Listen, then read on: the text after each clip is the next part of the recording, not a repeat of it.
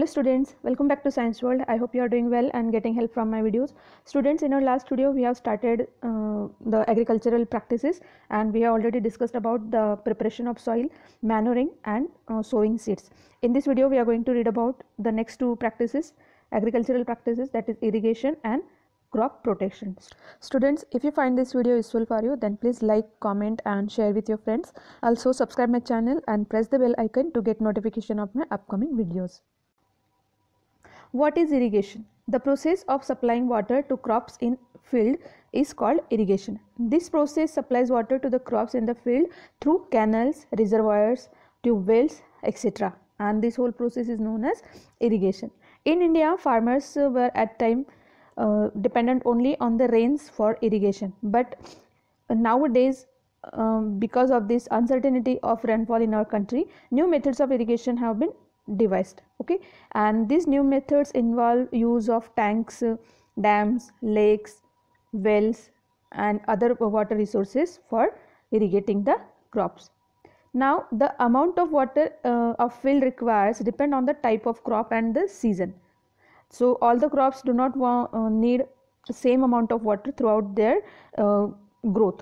For example, rice seedlings, we have seen in last video also how rice saplings or rice plants are transplanted. So when these rice seedlings are transplanted from nurseries into the waterlogged fields, they have to be given the constant supply of water here.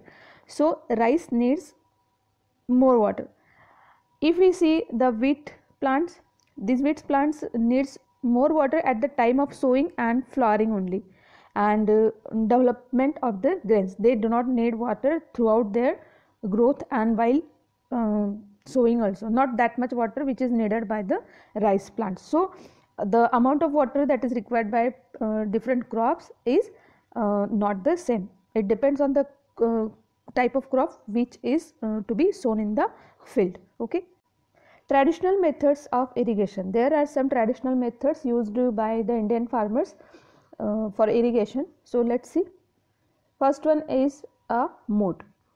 Moat is a system of irrigation where water is drawn out from the well. Here you can see this well is there, and water is drawn out from this well with the help of a big container, and this container is tied to a rope, and this container, it moves over a pulley. Here you can see this pulley is there, and this rope is at one end. This rope is fixed at the well, and this rope is tied to the container here, and it is pulled by, this container is pulled by animals such as bullocks or camel.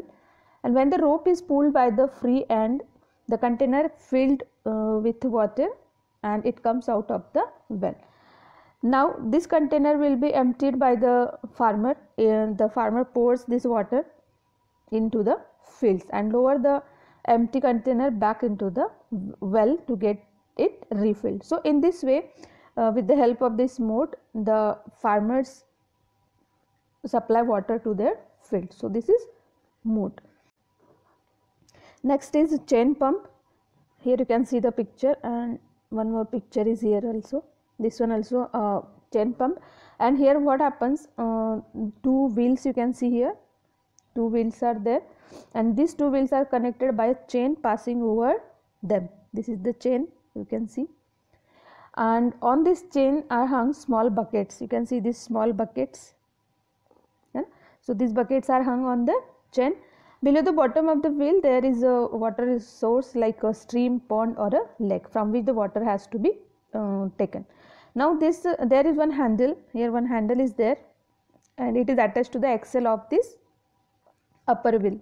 Okay, when the handle attached to the upper wheel is rotated by the farmers, here the wheel connected by the chain starts turning. This wheel starts turning, and when the lower wheel turns, the buckets that are attached to the chain, they dip into the stream here.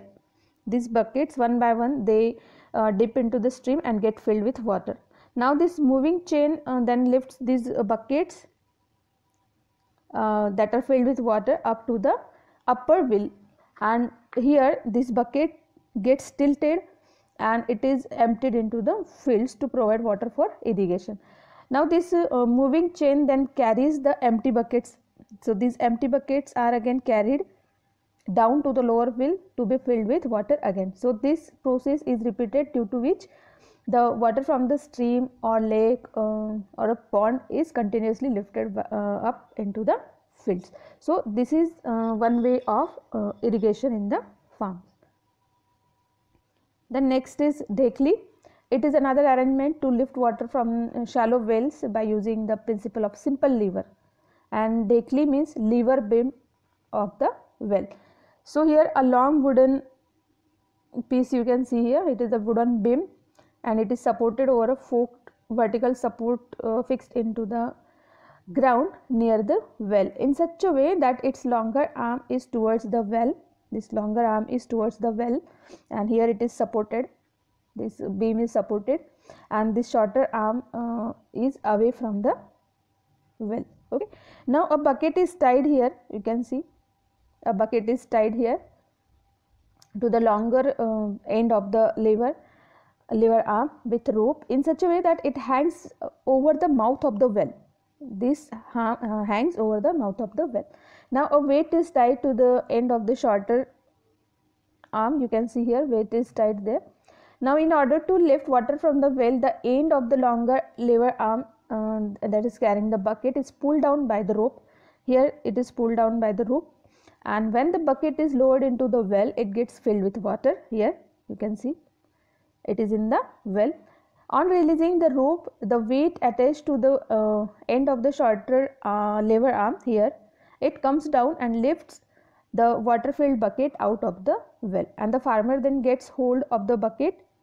Here it gets that bucket, tilts it and pours out its water into the field, and this process is repeated so as to get the large amount of water from the well that is required for the irrigation. The next one is the Rahat. In this method, there is a large wheel fixed on an axle above the mouth of the well. Here you can see this one large wheel is there, it has one axle, and this is fixed on the mouth of the well.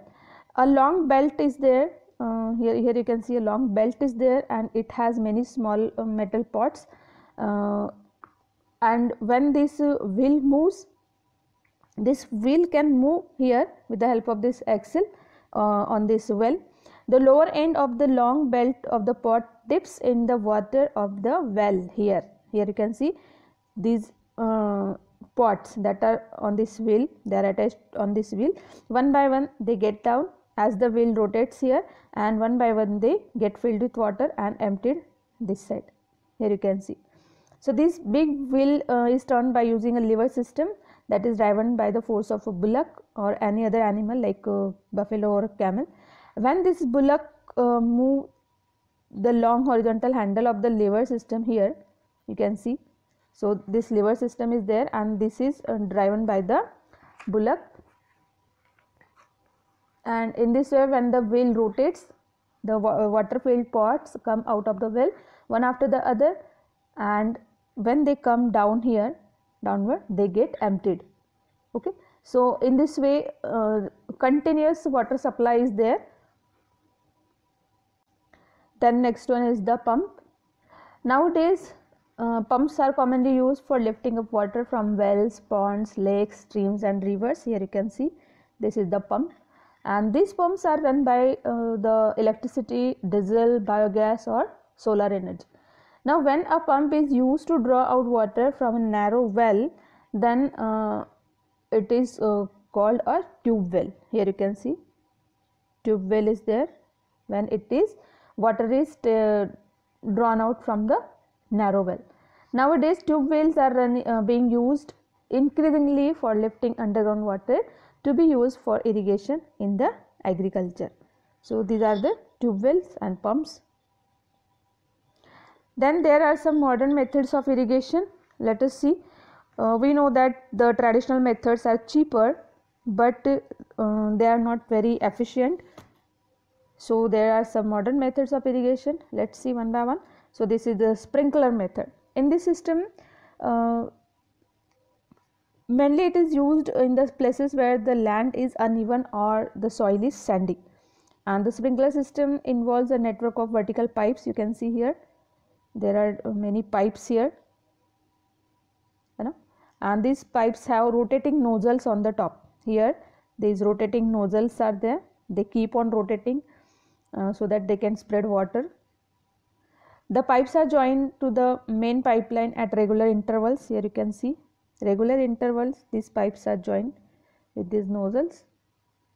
When the main pipe is turned on, pressurized water flows out through the rotating nozzles in different directions, and the nozzles sprinkle water on the crops evenly. So this is what sprinkler system. The next one is the drip irrigation. In drip irrigation, it involves a system of pipes and tubes that supply water to the plants drop by drop. Here you can see these pipes are there, and these pipes have holes at regular intervals, and through these holes water moves or water reaches to the plants drop by drop. And here the wastage of water is very less, as the water directly goes to the plants, so wastage of water is less. Although irrigation is essential for crop production, but excessive irrigation can cause a lot of damage, and excess water can get locked in the fields, cutting off air supply to the crop roots. So while irrigating the crops, we have to keep in mind that what crop is there in the field and how much water it needs, and according to that we have to irrigate the crops. The next agriculture practice or we can say task is crop protection. A growing crop needs to be protected from many things like other plants or animals that can damage it. So crop protection includes different methods, or we can say different things are there from which we have to protect the crops. So first one is weeding. Now when we grow a food crop in the field, there are so many unwanted plants that grow along this crop plants that are cultivated in the fields, and these unwanted plants that grow along with the cultivated crop, they are called the weeds. Now the weeds multiply and spread very fast because they produce a large number of seeds or large quantity of seeds. Now these weeds, they are harmful to the crops and they must be removed from the fields, and the process of removing weeds, that is unwanted plants, from the crop field is known as weeding. The type of weeds vary from field to field, from crop to crop, and also from season to season. Some of the common weeds or unwanted plants found in the wheat and rice fields are wild oat, it is known as javi, then grass, which is commonly known as Congress grass. Here you can see this is Congress grass. Then chaulai, it is known as amaranthus, this is chaulai, and chenopodium, that is bathua in Hindi, it is called bathua in Hindi, and this is javi, this is known as wild oat in English. Then this is Congress grass, or in Hindi we say ghas. Okay, so these are some common weeds that are found in Indian farms. You can see another pictures here. This is the common grass that you can see in your garden also. This is dandelion, and this is also a type of weed. The best time for the removal of weeds is before they produce flowers and seeds, because if they produce flowers and seeds, then they can spread all over the field. So weeding is done by different methods. First one is the mechanical control of weeds. Here weeds are pulled by hands, simply they are pulled from the soil. Then one tool is there, it is called trowel, and this trowel can be used to take out or dig out the weed plants. Or this is the harrow, this one is also used in a small field. This manually it is run, and in the large fields with the help of a tractor, this harrow is used. Then next is the chemical control of weeds. Certain chemicals like 2,4-D, dalaphon, metachlor, etc. they are used for killing weeds. You can see here different types of weeds killer, or you can say chemicals, and these are known as weedicides or herbicides. These are known as weedicides or herbicides. Weedicides are sprayed before the weeds produce flower and seeds. You can see here they can be sprayed over the farm, and they are specific in their action, so they do not destroy the crop plants, but many weedicides are non biodegradable and they can affect the soil fertility. So weedicides should be avoided. Instead we can use the biological control of weeds. Here in biological control what happens, some insects are there which feed on the noxious weeds and they bring them under the control.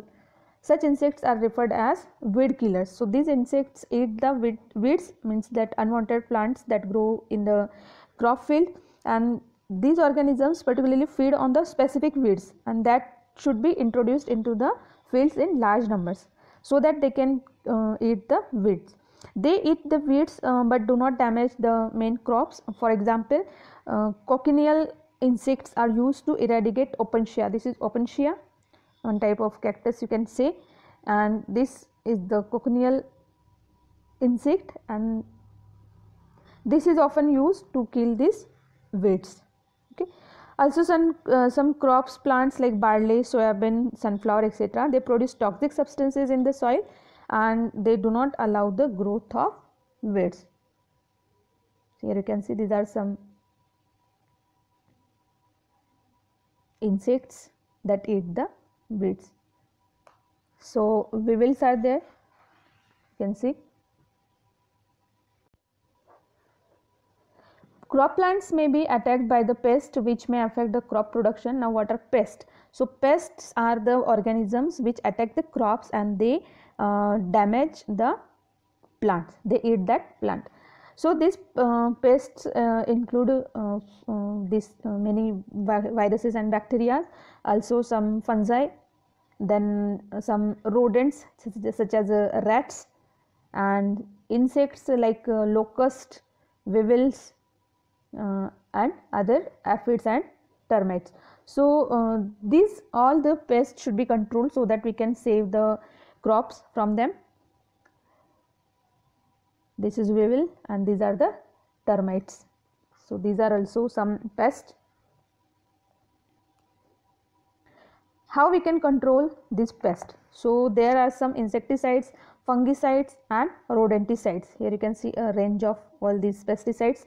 So these chemical pesticides, or we can say these are the chemical substances, they are called the pesticides and they are used for killing the pest. So insecticides kill or harm the insects such as locusts and weevils and termites. Fungicides destroy fungi, and rodenticides kill the rodents. Rodents are the animals, some animals like rats. So pesticides can be sprayed by manually operated machines like this, or in large fields this with the help of tractors it is used, sprayed, or low flying aircrafts are also be used in the crop fields. So these are the low flying aircrafts and they are used for spraying the pesticides, and these pesticides may also be added to the soil before sowing of the seeds, that we have already seen in the manuring. Okay.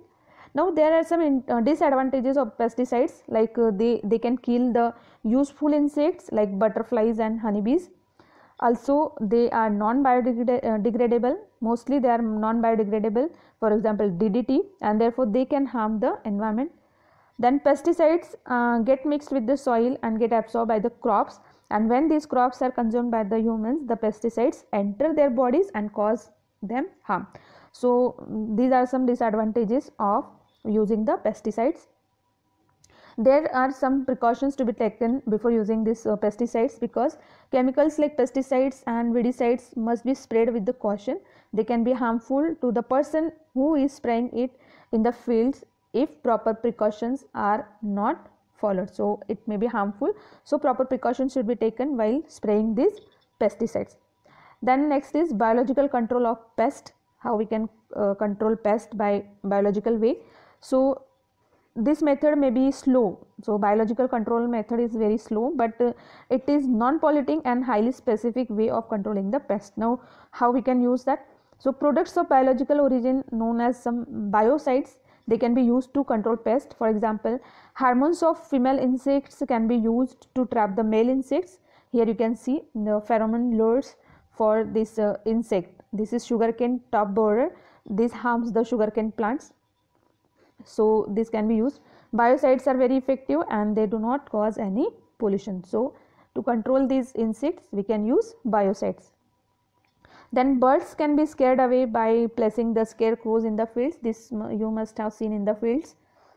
Then some organisms which eat pest but not the crops can be used to get rid of the pest from the field. Okay, so these are the ways of biological control of the pest. So here we have finished 5 agricultural practices, and for the 6th and 7th, that is harvesting and storage and distribution, you have to watch my next video. So we will meet again in our next video. Till then, take care. Bye bye.